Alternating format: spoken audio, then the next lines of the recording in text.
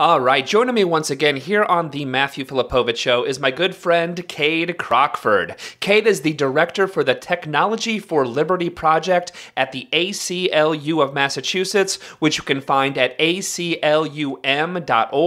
She also writes the Privacy SOS blog, which is privacysos.org. You can find her on Twitter at 1Kade. Kade, thank you so much for being on the show again. Thanks for having me, Matt.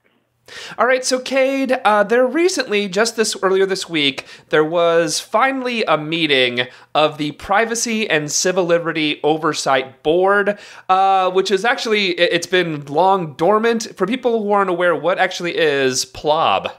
Yeah, PCLOB is an executive branch oversight organization, I guess you could call it, that has existed for a long time, but was unstaffed up until very recently.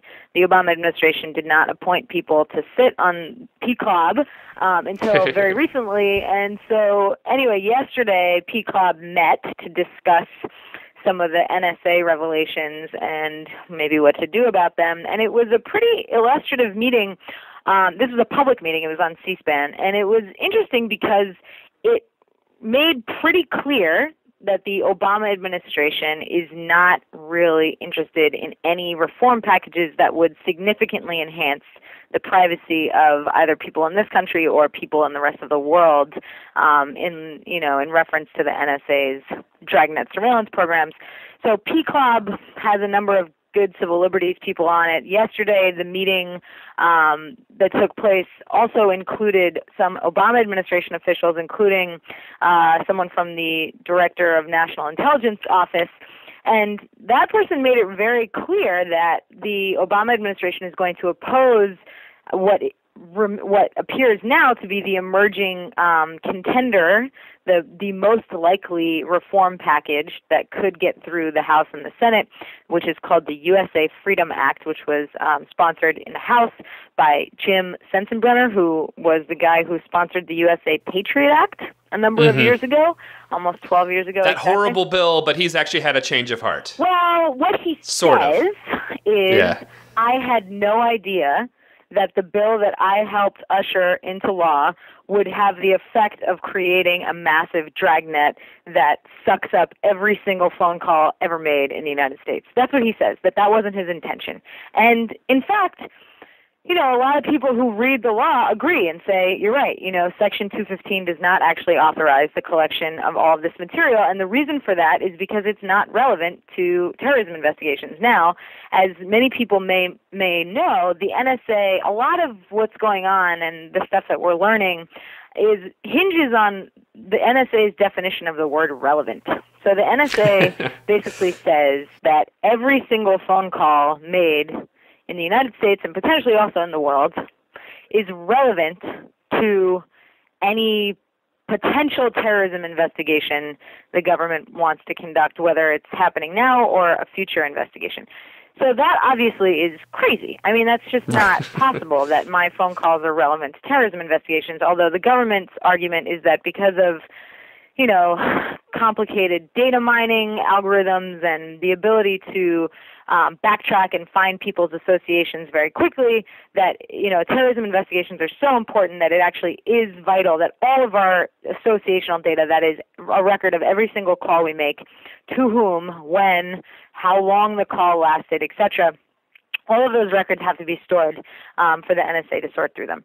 So the Obama administration does not appear to budge on this critical issue on the metadata bulk records program.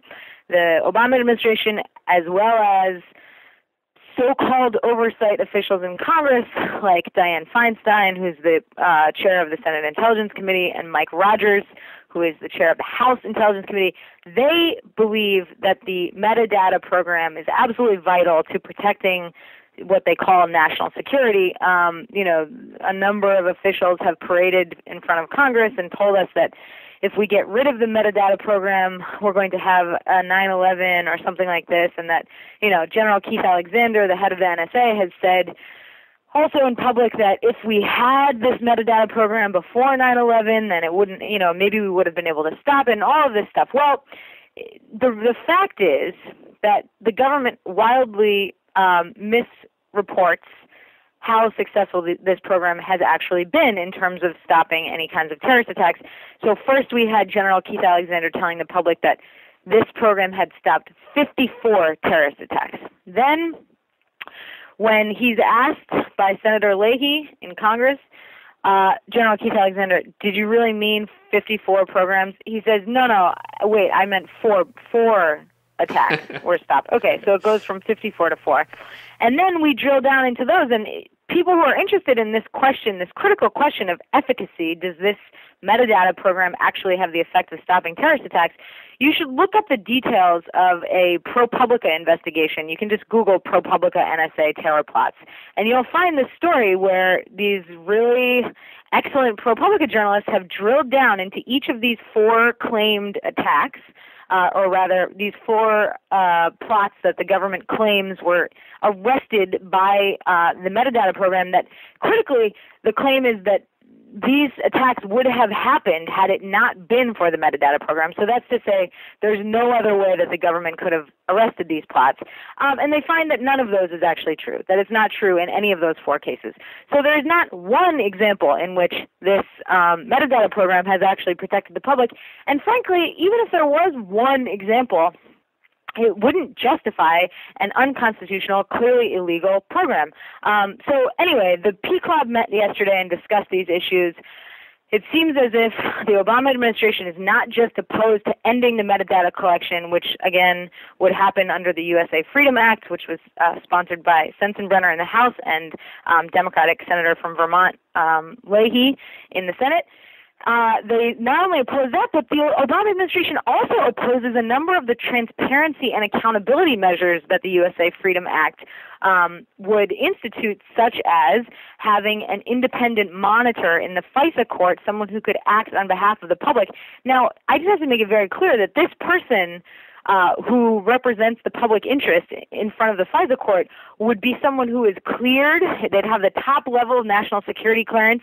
They would, be read into all sorts of programs. So it's not like this would be some fire-breathing radical from the ACLU standing in front of the FISA court. Why would we want that? Come on. Right. Well, I'm just saying is that the Obama administration is even opposing this, I think, somewhat meager, although in some ways important, accountability measure of having at least some sort of representative for the public interest before this court, because as it is today, there is no such person. It is simply the government's lawyers meeting with these judges in secret proceedings, which, up until recently we heard very little about at all.